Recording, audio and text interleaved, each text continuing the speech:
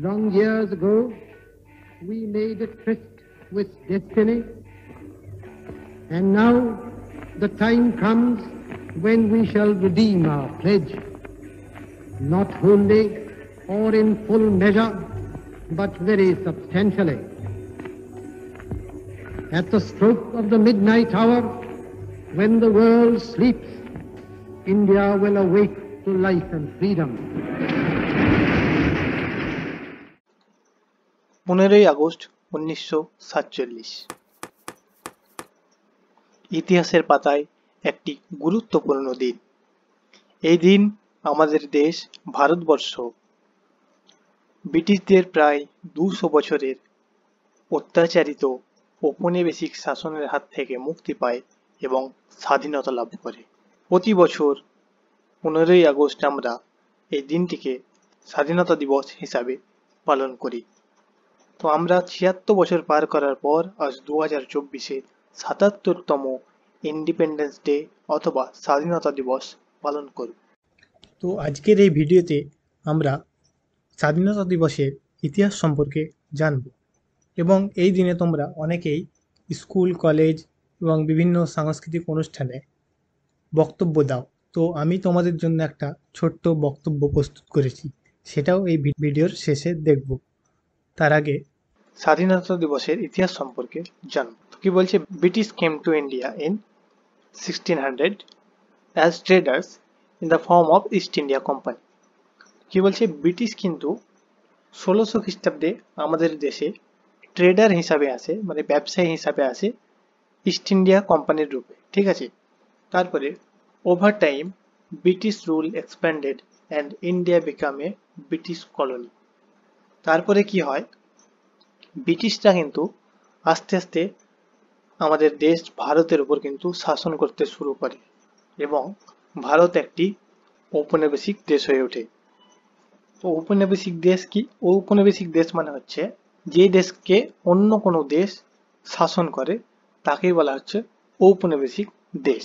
ঠিক আছে, তারপরে কি হয়, India independence movement gained momentum in the late 19th and early 20th centuries। তো কি বলছে, ইন্ডিয়ার যে ইন্ডিপেন্ডেন্স মুভমেন্ট, ভারতের যে স্বাধীনতার জন্য যে আন্দোলন শুরু হয়, সেটা 19 শতকের শেষ দিকে এবং 20 শতকের প্রথম দিকে কিন্তু কি হয়, মোমেন্টাম পায়। ঠিক আছে, 19 শতকের শেষ দিকে এবং 20 শতকের শেষ দিকে কিন্তু সেটা গতি পায়। ঠিক আছে, ইন্ডিয়ান ন্যাশনাল কংগ্রেস বা INC formed in 1885 to advocate for Indian rights. তো ইন্ডিয়ান ন্যাশনাল কংগ্রেস 1885 খ্রিস্টাব্দে গঠিত হয় ভারতীয়দের অধিকারের জন্য। ঠিক আছে, Mahatma Gandhi return to India from South Africa in 1915 and joined INC।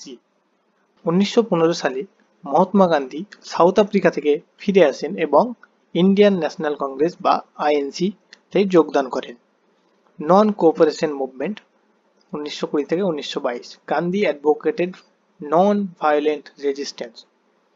তো গান্ধীজি কিন্তু অহিংসার মাধ্যমে স্বাধীনতার জন্য আন্দোলন শুরু করেন।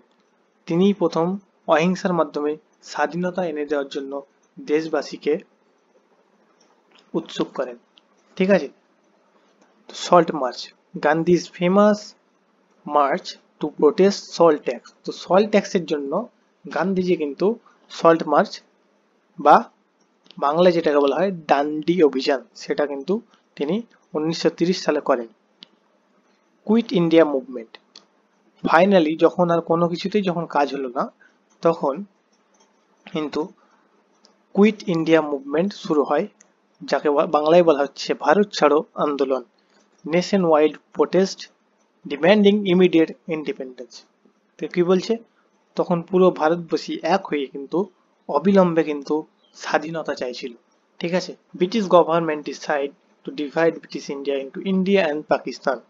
তো ব্রিটিশ গভর্নমেন্ট কি করে, ব্রিটিশ গভর্নমেন্ট চেষ্টা করে যে ভারতকে দুটো ভাগে ভাগ করে দেওয়ার, ইন্ডিয়া এবং পাকিস্তানে।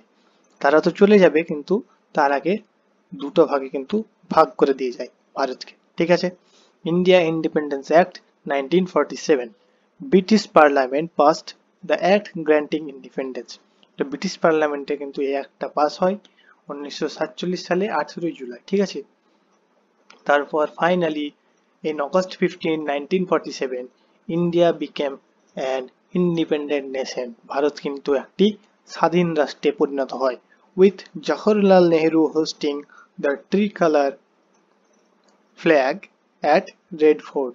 লাল কেল্লায় তিনি ত্রিবর্ণ রঞ্জিত আমাদের জাতীয় পতাকা উত্তোলন করেন এবং 1947 সালের 15 আগস্ট আমাদের দেশ ভারতবর্ষ স্বাধীনতা লাভ করে, ঠিক আছে। এই ছিল একটা সংক্ষেপে আমাদের ভারতের স্বাধীনতার ইতিহাস। Some important freedom fighters. এবার আমরা কিছু গুরুত্বপূর্ণ যারা বীর যোদ্ধা ছিলেন, ফ্রিডম ফাইটার ছিলেন, তাদেরকে আমরা দেখব, ঠিক আছে। Mangal Pandey, an Indian soldier who played a key role in the Indian rebellion of 1857। তো ভারতে যে বিদ্রোহ হয় 1857 খ্রিস্টাব্দে, ঠিক আছে, সেখানে একটা গুরুত্বপূর্ণ কিন্তু ভূমিকা রেখেছিল আমাদের মঙ্গল পান্ডে, ঠিক আছে। মঙ্গল পান্ডে একজন বিখ্যাত ব্যক্তি, এই আমাদের বিখ্যাত ফ্রিডম ফাইটার, ঠিক আছে। তারপর আছে ভগৎ সিং, চন্দ্রশেখর আজাদ, ক্ষুদিরাম বসু। এনারা কিন্তু আমাদের দেশের জন্য খুব অল্প বয়সে কিন্তু প্রাণ হারিয়েছিলেন, ঠিক আছে। Netaji Subhas Chandra Bose, founder of the Indian National Army and a prominent leader of the Indian Independence Movement, ঠিক আছে। তো নেতাজি সুভাষচন্দ্র বসু ইন্ডিয়ান ন্যাশনাল আর্মির কিন্তু ফাউন্ডার ছিলেন এবং একজন বিশিষ্ট লিডার ছিলেন ইন্ডিয়ান ইন্ডিপেন্ডেন্স মুভমেন্টের। Rani Lakshmibai, the queen of ঝাঁসি, তাকে ঝাঁসির রানীও বলা হয়, who led the rebellion against British rule in 1857। তিনিও কিন্তু একটা বিদ্রোহ ঘোষণা করেছিলেন ব্রিটিশ রুলের বিরুদ্ধে 1857 সালে। রামপ্রসাদ বিসমিল, আশফাকুল্লাহ খান, তারাও ছিলেন বিখ্যাত ফ্রিডম ফাইটার। তারা ছিলেন হিন্দুস্তান রিপাবলিকান অ্যাসোসিয়েশনের পার্ট, ঠিক আছে। Bal Gangadhar Tilak, a nationalist leader who was part of the Indian national Congress.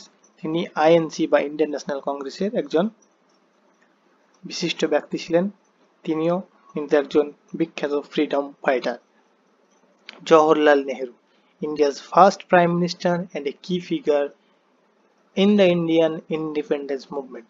তো ইন্ডিয়ান ইন্ডিপেন্ডেন্স মুভমেন্টে একজন বিশিষ্ট ব্যক্তি এবং ইন্ডিয়ার প্রথম প্রধানমন্ত্রী, ভারতের প্রথম প্রধানমন্ত্রী হচ্ছেন জওহরলাল নেহেরু। আর Mahatma Gandhi, led the non violent resistance movement and inspired civil rights movements across the world. তো মহাত্মা গান্ধী ছিলেন একজন বিশিষ্ট ব্যক্তি যিনি কিন্তু অহিংসার মাধ্যমে ব্রিটিশদের কাছ থেকে কিন্তু স্বাধীনতা ছিনিয়ে এনেছিলেন, ঠিক আছে। তো এই ছিল আমাদের কিছু গুরুত্বপূর্ণ ফ্রিডম ফাইটার। তারপর আমাদের কিছু ফ্যাক্টস আছে এখানে দেখব। India gained independence from British colonial rule on August 15, 1947। তো ইন্ডিয়া কিন্তু 1947 সালের 15 আগস্ট ব্রিটিশদের যে ঔপনিবেশিক শাসন তা থেকে মুক্ত পায় এবং স্বাধীনতা লাভ করে। আমরা জানলাম the Indian independence movement began in 1857 with the sepoy mutiny, also known as the first war of Indian independence. তো কি বলছে, 1857 সালে সিপাই মিউটিনি কিন্তু ছিল আমাদের প্রথম আমাদের দেশের যে স্বাধীনতা তার জন্য কিন্তু আন্দোলন, ঠিক আছে। এটাকে কি বলছে, ফার্স্ট ওয়ার বলেও কিন্তু জানা হয়। ভারতের স্বাধীনতার জন্য প্রথম যুদ্ধ বলেও এটাকে কিন্তু জানা হয়। মহাত্মা গান্ধীজ নন violent resistance movement starting from 1915 played a significant role in India's struggle for independence। তো কি বলছে যে মহাত্মা গান্ধীর যে নন ভায়োলেন্ট রেজিস্ট্যান্স মুভমেন্ট ছিল, হ্যাঁ, সেটা 1915 সালে শুরু হয়। এটা কিন্তু একটা গুরুত্বপূর্ণ ভূমিকা কিন্তু আমাদের পালন করে। The Indian National Congress, founded in 1885, was a key political party in the Indian independence movement। তো ইন্ডিয়ান ন্যাশনাল কংগ্রেস যেটা 1885 সালে তৈরি হয়েছিল সেটাও কিন্তু একটা গুরুত্বপূর্ণ ভূমিকা রেখেছিল আমাদের ভারতের স্বাধীনতার ক্ষেত্রে।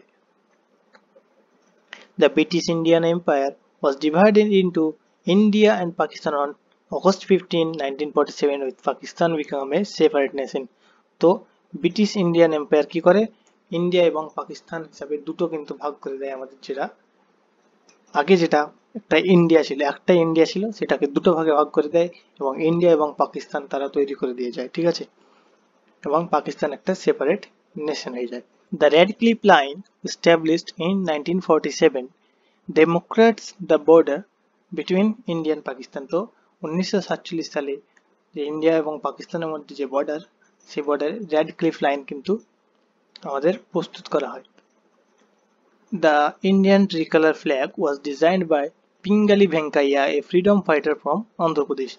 তো অন্ধ্রপ্রদেশ থেকে একজন ফ্রিডম ফাইটার ছিলেন যার নাম হলো পিঙ্গালি ভেঙ্কাইয়া। তিনি কিন্তু আমাদের দেশের ত্রিবর্ণ রঞ্জিত জাতীয় পতাকা সেটা কিন্তু ডিজাইন করেন। Jana Gana Mana, India's national anthem was written by Rabindranath Tagore in 1911। তো 1911 সালে কিন্তু রবীন্দ্রনাথ ঠাকুর আমাদের জনগণ মন জাতীয় সঙ্গীতটি লিখেন। The Indian Independence Act was passed by the British Parliament on July 18, 1947। তো ইন্ডিয়ান ইন্ডিপেন্ডেন্স অ্যাক্ট যেটা ছিল সেটা 1947 সালের 18 জুলাই কিন্তু ব্রিটিশ পার্লামেন্টে পাস করা হয়। August 15, 1947 was chosen as the date for Indian independence as it coincided with Japan's surrender in World War II, marking the end of colonial rule in Asia।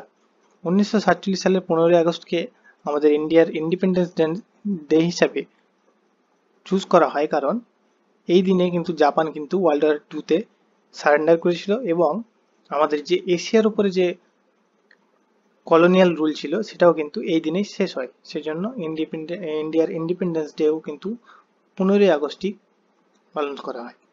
India became A Republic on January 26, 1950 with Dr. Rajendra Prasad as its first president.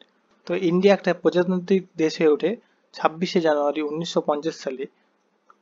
Doctor Rajendra Prasad এই প্রজাতান্ত্রিক দেশের প্রথম president বা রাষ্ট্রপতি ছিলেন, ঠিক আছে। The Indian independence act 1947 paved the way for creation of a constituent assembly। তো Indian independence act 1947 কিন্তু আমাদের কনস্টিটিউয়েন্ট অ্যাসেম্বলি কিন্তু ক্রিয়েশনের পথ দেখিয়েছিল, ঠিক আছে। The Republic is governed in the terms of the Constitution of India, which was adopted by the Constituent Assembly on 26 November 1949 and came into force 26 January 1950। তো আমাদের যে কনস্টিটিউশন সেটা কিন্তু 1949 সালের 26 নভেম্বর কিন্তু অ্যাডাপ্টেড করা হয় এবং এটা কিন্তু কাজ করতে শুরু করে 26শে জানুয়ারি 1950 সালে, ঠিক আছে, বোঝা গেল। এই ছিল কিছু আমাদের ইম্পর্টেন্ট ফ্যাক্টস। এইবার আমরা কিন্তু ইন্ডিপেন্ডেন্স ডের জন্য একটা স্পিচ আমরা দেখব, ঠিক আছে। তো চলো দেখা যাক।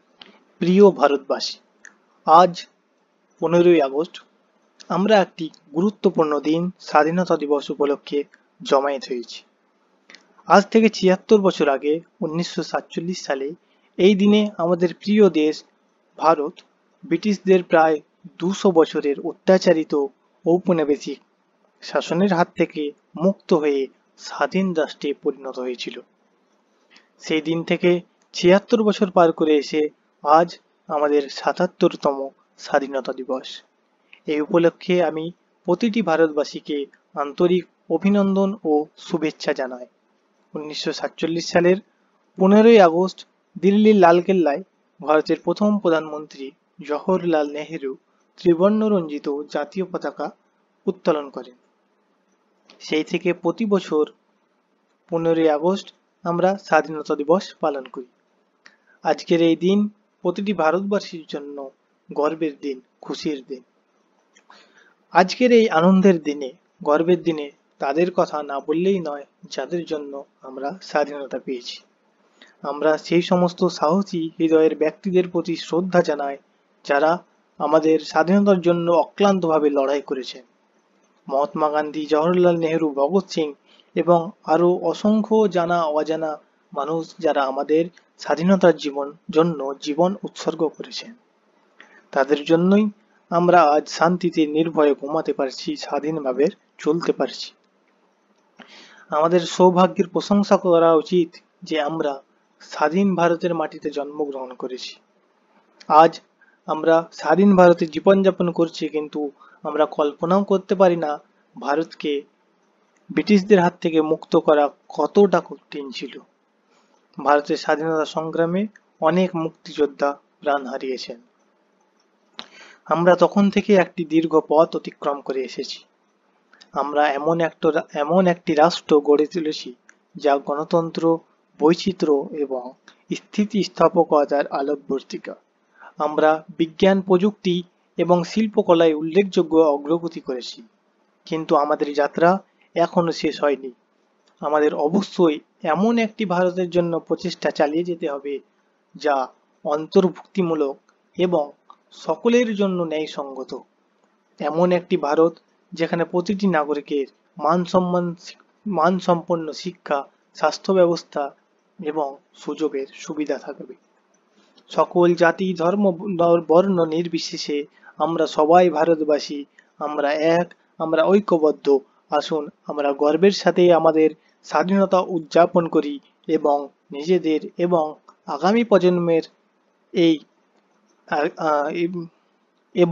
আগামী প্রজন্মের একটি উজ্জ্বল ভবিষ্যৎ গড়ার সংকল্প করি। জয় হিন্দ, জয় ভারত।